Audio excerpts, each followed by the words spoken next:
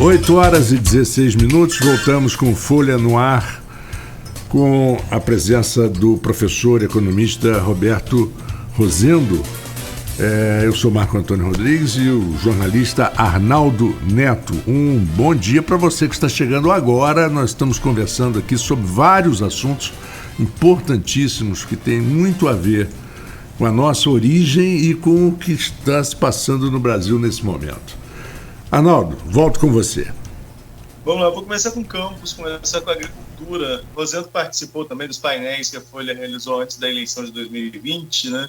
E quando falava de diversificar a economia de campos, é quase que unânime era o questão de investimento em agricultura, como você mesmo citou. Nós temos muitas terras que são pouco aproveitadas no ponto de vista de produção. Nós trouxemos uma matéria no sábado, a Folha da Manhã, falando sobre uma plantação de soja aqui em Campos, que vai ser colhida agora, né, nesse fim de mês, e que a safra já estava toda vendida para o exterior. Então, assim, essa diversificação, você vê que tem mercado para isso. No seu ponto de vista, o que falta para diversificar? Falta investimento, falta agricultor ter dinheiro para investir, porque também não é barato. Você está falando aí de uma cultura nova, você tem que ter maquinário para isso, pessoal para isso, ou faltam políticas públicas de incentivo a essa diversificação?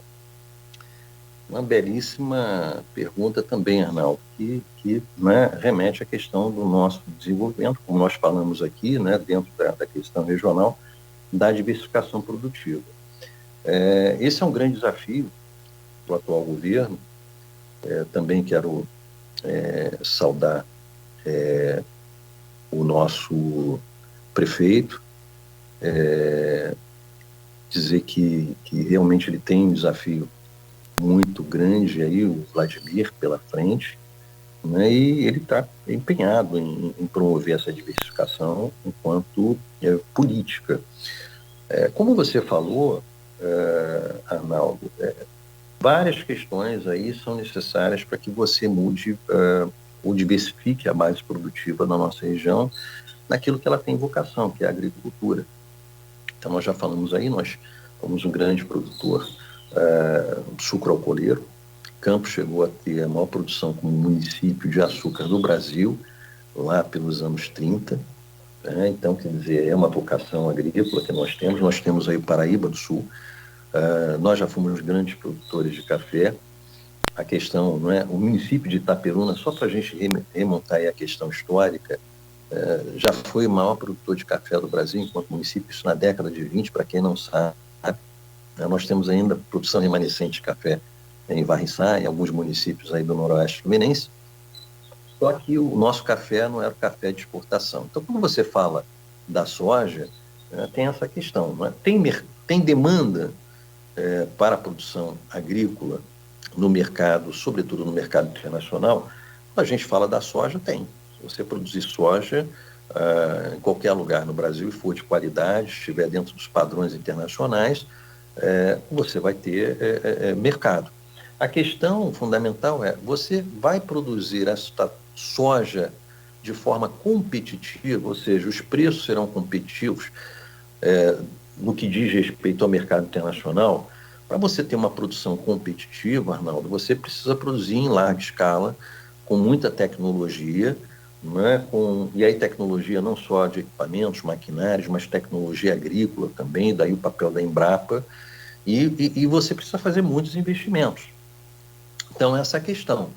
Se você conseguir, né, uma escala de produção densa em tecnologia que permita que seu produto tenha um preço competitivo, o que é esse preço competitivo? É um preço que chega, não é, competindo no mercado internacional, que gera lucro para o produtor, a despeito dele fazer um investimento maciço em tecnologia, em escala de produção, etc. E, obviamente, para que você consiga isso, numa região como o Norte e Noroeste Fluminense, você precisa de uma política pública, precisa de financiamento e precisa de uma questão que um grande teórico da economia, chamado von Louis Schumpeter, disse, que é, né, aquele espírito inovador do empresário. Né? O Schumpeter diz o seguinte: é preciso que, para que você promova o desenvolvimento, que haja um empresário inovador.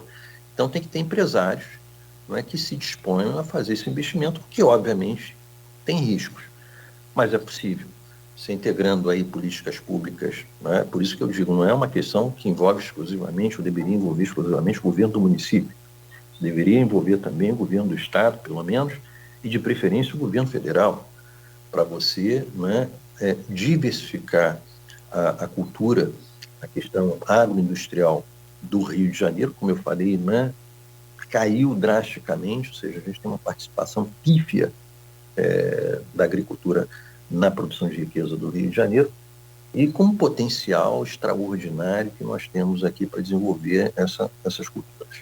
Então, esse é um caminho, não é fácil, mas é um caminho de dedicação, de políticas públicas, de financiamento, de tecnologia, de empreendedorismo. São vários fatores que têm que ser conjugados, mas é possível. Então, quando você me diz, Arnaldo, que tem um empresário, né, que faz uma plantação de soja aqui de forma pioneira, é uma notícia que nos deixa, né, felizes.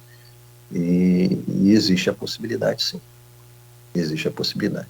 Então, só para complementar essa questão da agricultura, para a gente entender que dentro de uma lógica muito competitiva hoje, né, internacionalizada, de cadeias produtivas internacionalizadas, com muita densidade tecnológica, com muita competência técnica, vem uma outra pergunta. Por que nós deixamos, aí eu vou, né, fazer essa pergunta aqui para a gente refletir um pouquinho dentro dessa nova perspectiva da diversificação na agricultura.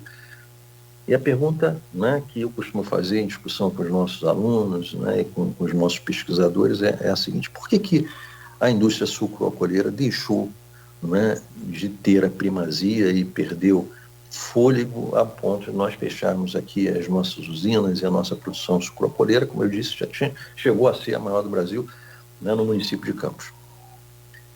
Então, o que explica isso? Em linhas gerais, para além das questões políticas, das questões institucionais, né, do ponto de vista mais econômico, Arnaldo, a perda de competitividade, principalmente para São Paulo, né, que passou a desenvolver uma cultura, né, da produção sucroalcooleira em bases técnicas mais sofisticadas, né, com uma tecnologia mais avançada, com aumentos de produtividade significativos, tanto na seleção de mudas, né, de cana-de-açúcar, passando, inclusive, pela questão da produtividade por hectare na produção e no processamento da cana e do açúcar na diversificação. Então, por exemplo, chegou um ponto aqui na nossa região que nós só produzimos açúcar, esse que nós chamamos aqui no Rio de Janeiro de cristal. Eu acho que em Campos tem outro nome, que é o açúcar que é utilizado para você adoçar refrigerantes. Quer dizer, o nosso mercado, inclusive o mercado interno, ficou extremamente limitado. Perdemos mercado internacional aqui a região e, consequentemente, a empresa, né, a atividade produtiva que não tem lucros dentro do modo de produção capitalista tende a entrar em decadência e a falir. E aí, obviamente, arrastando várias cadeias produtivas que nós temos aqui na região ligado à indústria sucroalcooleira, inclusive o comércio. A gente está falando de produção de... Pois não, Marcos, quer colocar alguma pergunta? A gente está falando da questão da diversificação de culturas, mas até eu vou pegar esse gancho para a gente voltar lá na guerra Rússia e Ucrânia.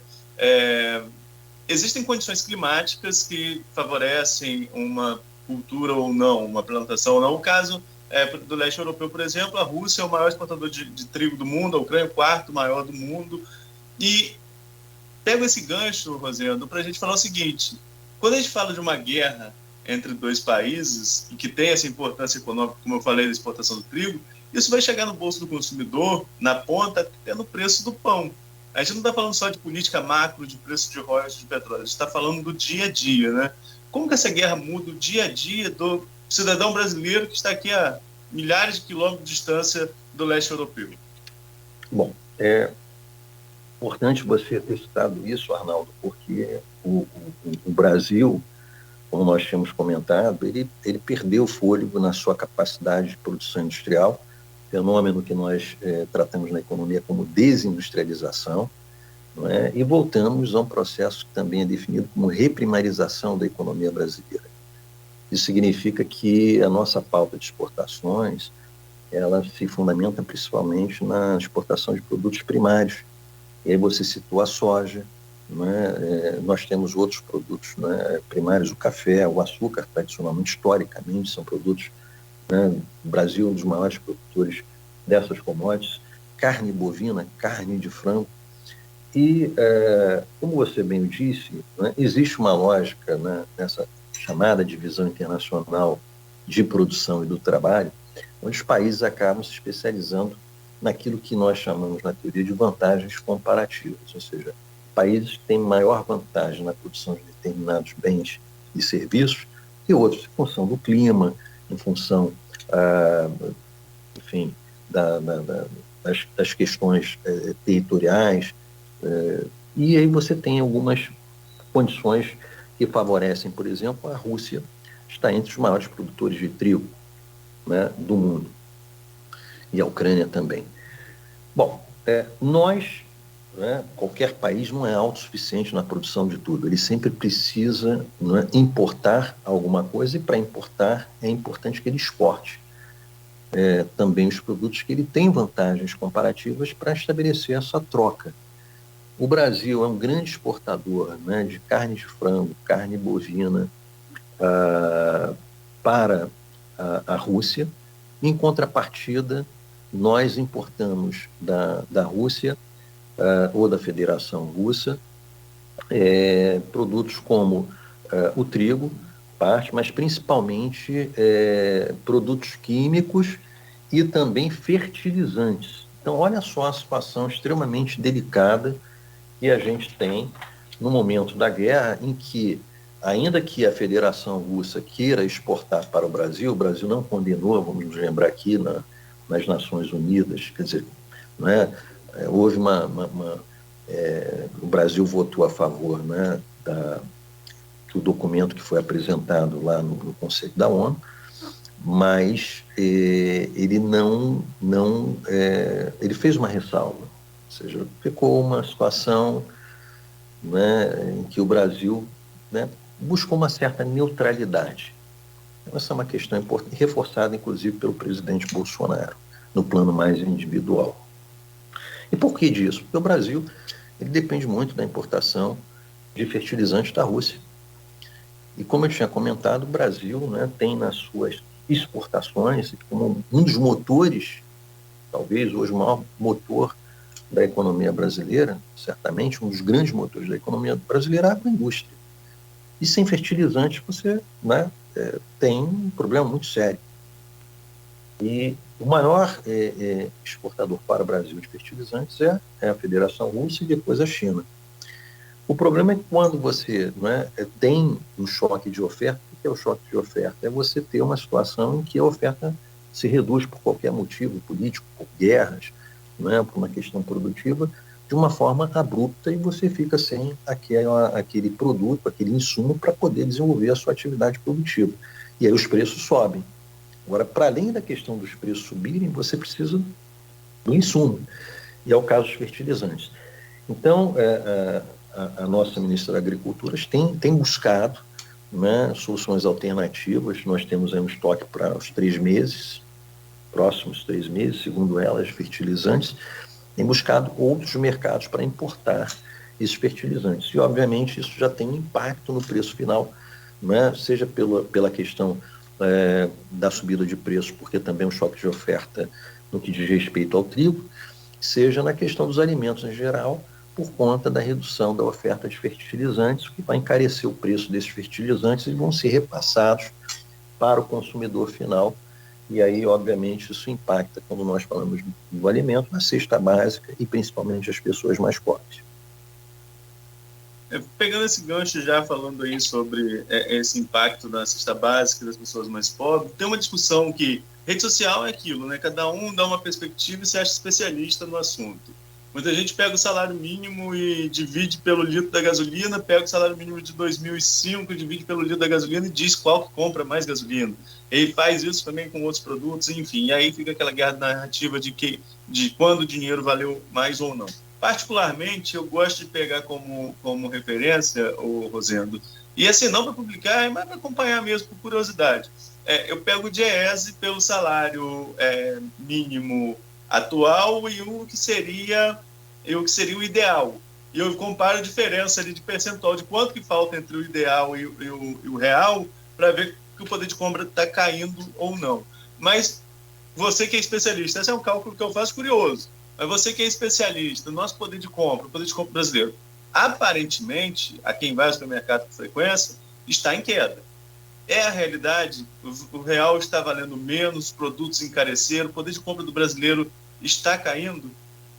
Essa pergunta é interessante, Arnaldo, até porque é o seguinte, nós temos aqui um grupo de professores aí, coordenado pelo professor Samuel, professor Alain, no Departamento de Economia da UFCampus, que faz exatamente essa pesquisa, né? Inclusive também participo desse grupo, mas eles estão à frente fazendo esse trabalho com alunos, né? Que é o índice de preços de campus, que avalia exatamente como evoluem os preços da cesta básica na nossa região, particularmente aqui no município de Campos.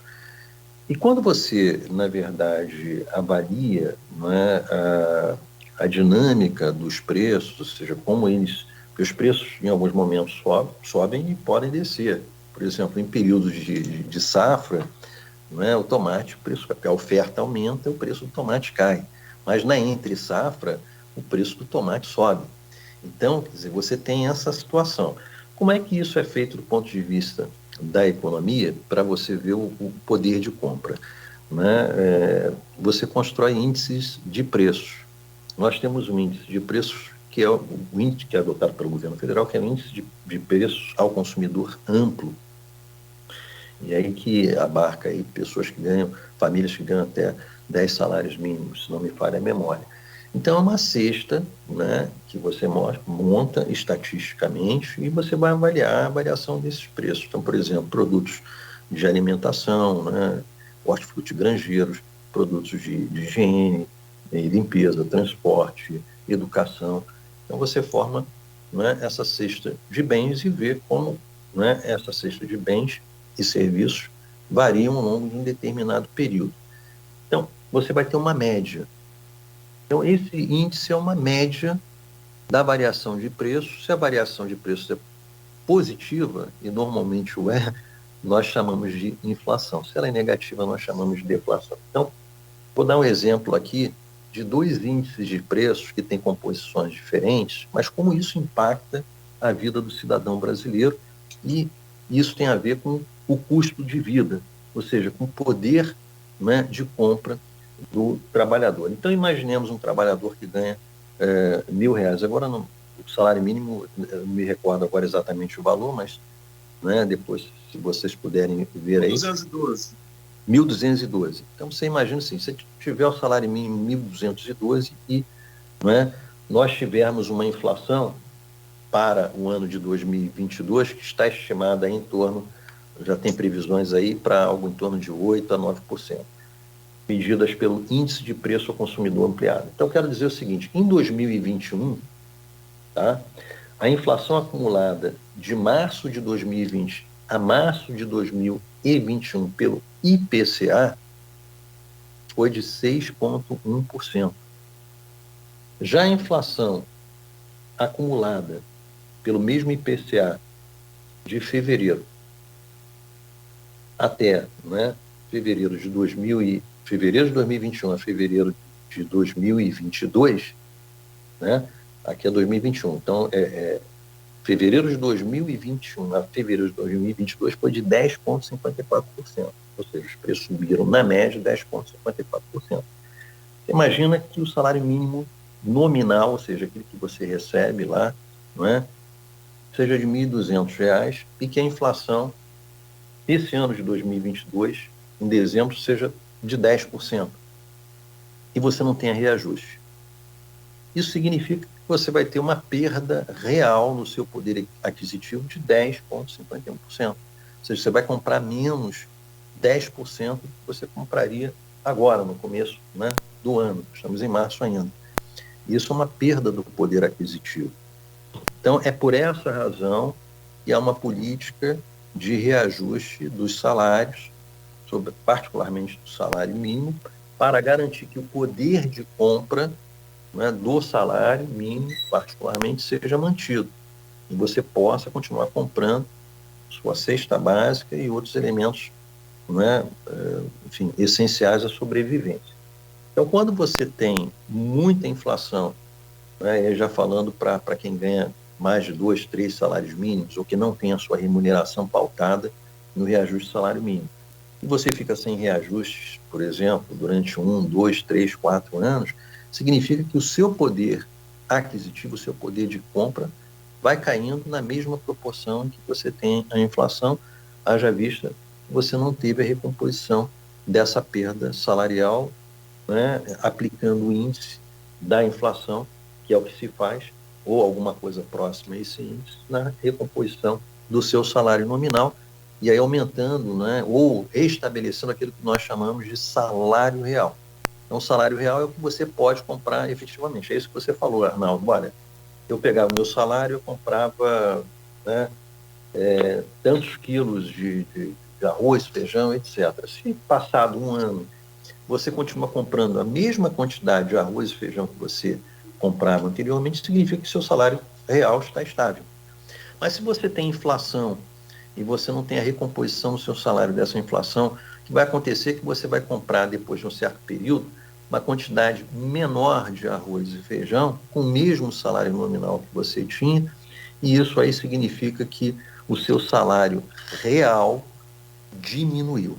Uma coisa é o salário nominal, outra coisa é o salário real. O salário real, só para os ouvintes entenderem, é o que você efetivamente pode comprar, o seu poder de compra efetivo. E o salário nominal é aquilo que você ganha lá na boca do caixa, que não tem necessariamente a ver, não é diretamente com uma relação direta com o salário real, mas que é corroído pela inflação e daí a necessidade de reajuste. Então, eu quero, nesse gancho, Arnaldo, dizer para você como o consumidor ele tem sido impactado. Nós pegamos aqui um outro índice de preços, também calcula a inflação, que é utilizado, por exemplo, para o reajuste de alguns contratos, dentre eles o aluguel. Nós sabemos que parte importante da população brasileira vive de aluguel, pagam aluguel. Então, em 2020, o IGPM, Índice Geral de Preços de Mercado, foi de 23,14%. Você imagina, você tem o seu salário praticamente congelado, sem subir, estou falando, né, de alguém, né, de algumas famílias que ganham, até às vezes com salário mínimo, mas 3, 4, 5, 6, 7 salários mínimos, e você tem um reajuste no aluguel de 23%. É muito difícil, né, porque o aluguel pesa bastante no orçamento das famílias. Em 2021, o IGPM teve um reajuste teve uma evolução de 17,78%. Ou seja, a gente está falando aí em 2 anos de uma variação no IGPM, que é o índice que reajusta os aluguéis, de quase 40%. Em 2 anos. Certo? Significa aí você, né, aumentar o aluguel em quase a metade aí no período de 2 anos. Obviamente, você tem a capacidade de negociar isso, mas é um impacto muito grande. Então, só para dar um exemplo de como a inflação impacta negativamente o orçamento das famílias. E precisa ser controlada, sim. Professor, a gente chegando ao final aqui da nossa entrevista, são 8h39, não poderia deixar de falar com o senhor também, porque é ano eleitoral. Ano eleitoral tem sucessão presidencial, inclusive com o próprio presidente como pré-candidato à reeleição. E nós sabemos que todo ano de eleição presidencial balança muito o mercado. A cada pesquisa que sai, uma fala, uma colocação de um presidente, um presidenciável em relação à política econômica, tudo isso altera, deixa o mercado nervoso, como costuma-se dizer. Dentre os nomes que tem colocados hoje, como que você avalia essa política econômica de cada um deles? Por exemplo, o ex-presidente Lula já é um nome conhecido do mercado, presidente por 2 oportunidades. O presidente Bolsonaro, candidato à reeleição, também é um nome conhecido do mercado. O próprio Ciro, um nome conhecido do mercado, fez parte da equipe econômica, inclusive do Plano Real, que você citou aqui durante a entrevista. Já o juiz Sérgio Moro é um nome novo nesse contexto. Enfim, entre outros candidatos que estão aí colocados, como João Dória, pré-candidatos, na verdade, João Dória, Eduardo Leite, e por aí vai. como que você avalia o cenário presidencial, da corrida presidencial, pelo ponto de vista econômico? O que cada um deles pode trazer de diferente que pode deixar o mercado mais calmo, um pouco mais nervoso?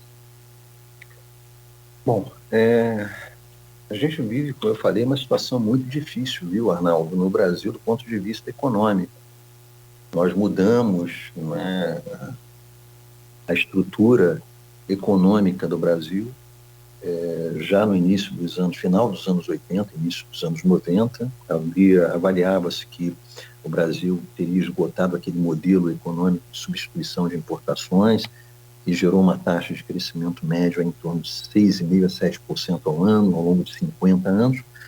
E aí nós tivemos um problema muito sério, só para as pessoas entenderem um pouco desse histórico, né, e como a sua pergunta se encaixa, porque cada candidato desse tem uma linha de política econômica. Os economistas não pensam iguais, nós temos economistas que são keynesianos, que têm uma lógica, né, de pensar a estrutura econômica e das políticas econômicas de uma perspectiva mais keynesiana, na lógica do welfare state, ou seja, do bem-estar social, onde o Estado tem um papel ativo nas políticas públicas, né, fazendo políticas fiscais e monetárias, enfim, para gerar crescimento econômico.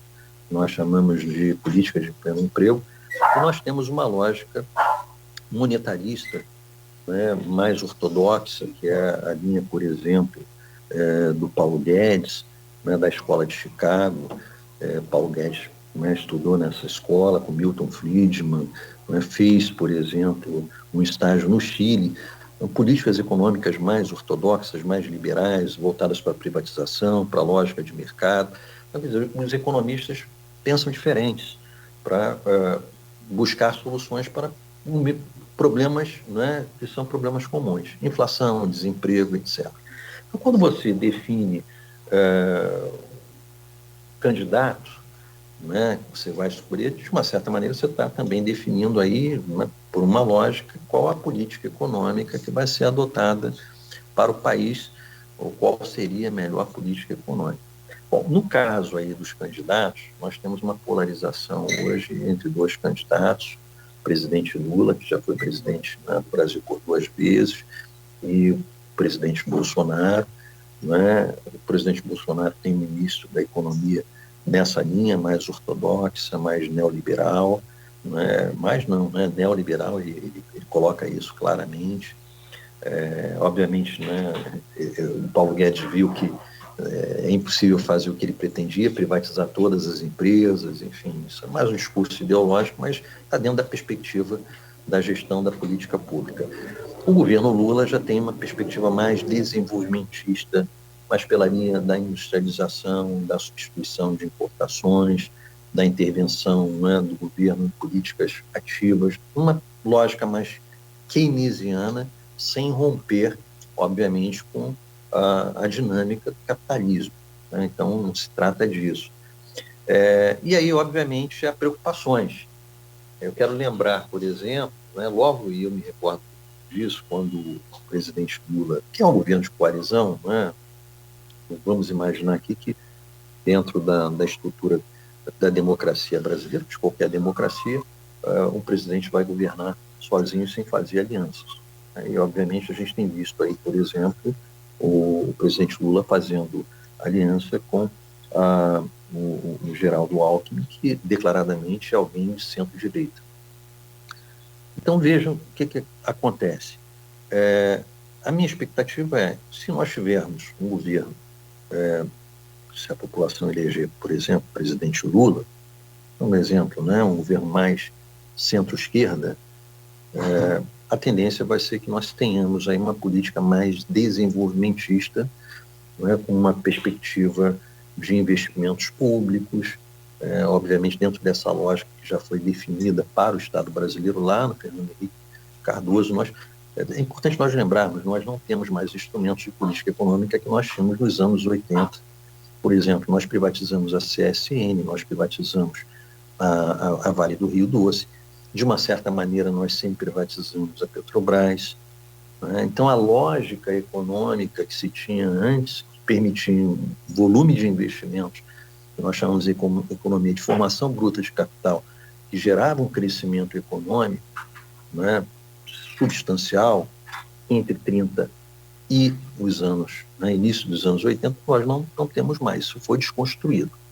Nós temos agora uma lógica econômica que é baseada numa perspectiva de curto prazo, dentro de uma ótica neoliberal, chamado tripé macroeconômico, que o próprio governo Lula não rompeu, entendeu, Arnaldo? Nos 2 governos dele, nem a Dilma, que é baseado em metas de inflação, câmbio flexível e metas na questão dos gastos públicos, daí até a questão do teto dos gastos. Então, assim, esperar que o governo Lula rompa com essa lógica, eu não acredito que isso vai acontecer. Né? E essa é uma lógica que tem deixado o Brasil numa situação muito delicada no que tange ao seu crescimento econômico. Há índices aí, como nós comentamos no início da entrevista, inferiores a 3% ao ano, que é muito ruim para o Brasil. Por quê? Porque essa taxa de crescimento médio anual, inferior a 3%, não gera os empregos suficientes para agregar, por exemplo, a nossa população jovem que entra no mercado de trabalho. E aí nós temos um enorme bolsão de desempregados, de pessoas marginalizadas e com todos os problemas sociais. Se o Paulo Guedes, né, se o Bolsonaro permanecer, e aí supondo, né, que o Paulo Guedes permaneça, vamos ter uma lógica aí dentro dessa ótica neoliberal, focada aí na privatização, aí no avanço dos processos de privatização. Eu não estou falando aqui contrário, né, necessariamente à privatização. Agora, a questão da privatização ela tem que ser vista, não é, no sentido do interesse nacional. Se privatizar empresas lucrativas por uma questão ideológica e política, para benefício, né, de grupos econômicos, é muito difícil, é muito delicado para o país. Você compromete o desenvolvimento econômico e social do país, a gente tem visto isso acontecer ao longo dos anos.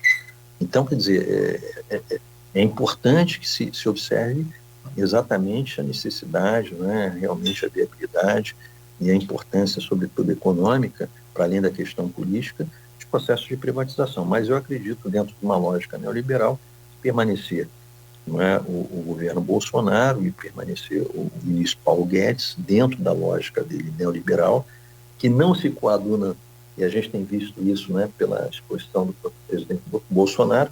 O Bolsonaro não é tão neoliberal quanto o Paulo Guedes, né? Ele defende o liberalismo, e a gente tem visto aí as políticas públicas de redistribuição agora, né, o Bolsa Família, que vem agora com uma nova roupagem. Esqueci o nome agora do programa que foi dado. Auxílio Brasil. Oi? Auxílio Brasil. Auxílio Brasil. Então, quer dizer, então essa lógica, né, ela permanece.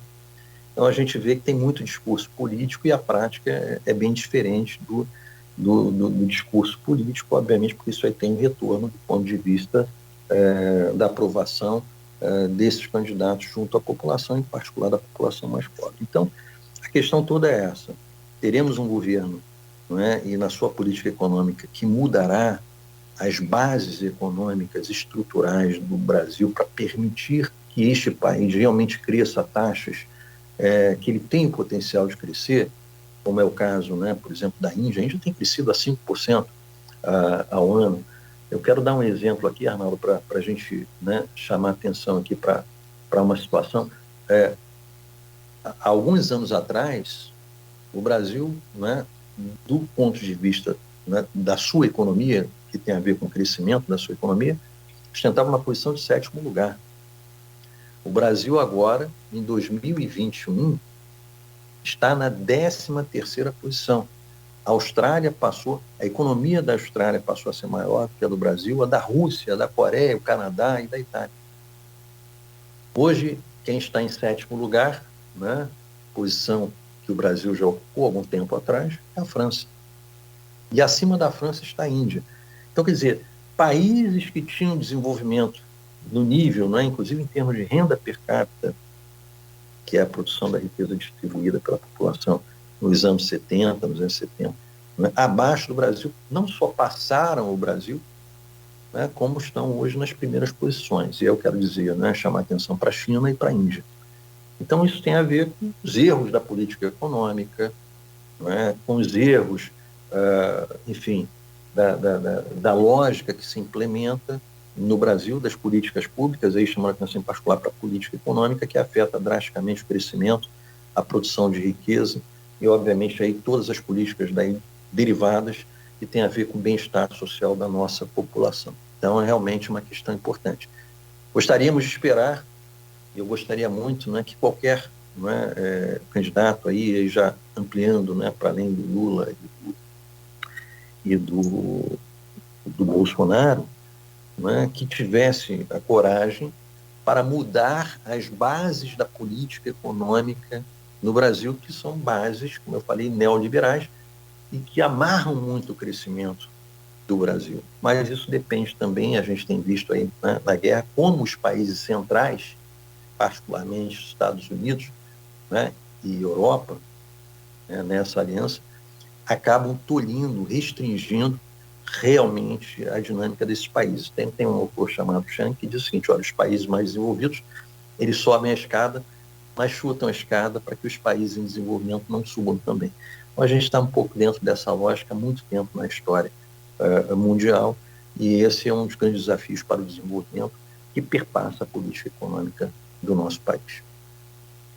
Bom, 8 horas e 52 minutos. Arnaldo, chegamos aqui ao final do nosso papo com o economista e professor Roberto Rosendo. Confesso que eu aprendi muita coisa e muita coisa está esclarecida aqui para minha cabeça, e agradeço muito a presença do Roberto, dizendo que a Folha FM está sempre aberta para qualquer informação, qualquer divulgação, qualquer trabalho que seja interessante. Arnaldo.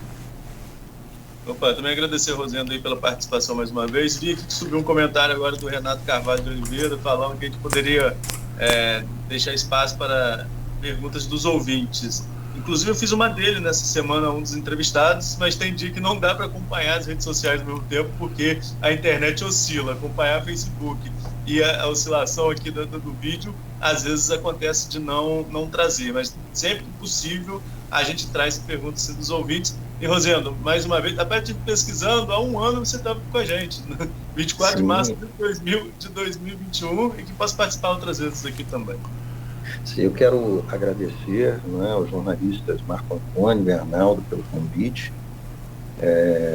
toda a equipe da Folha FM, que tem feito um trabalho magnífico, né? Inclusive, você citou aí, Arnaldo, aquele trabalho das entrevistas que foram feitas com, enfim, especialistas, professores, técnicos, empresários, né, para a dinâmica do desenvolvimento do município de Campos antes da eleição, que é uma contribuição social extraordinária, e dizer que eu fico muito feliz, né, de nós termos aí um veículo de comunicação que tem essa preocupação, esclarecer o público, em fazer um debate honesto, claro, sobre as questões não só do município, mas da nossa região e também do Brasil. Então, vocês estão de parabéns e agradeço isso mais uma vez pelo convite.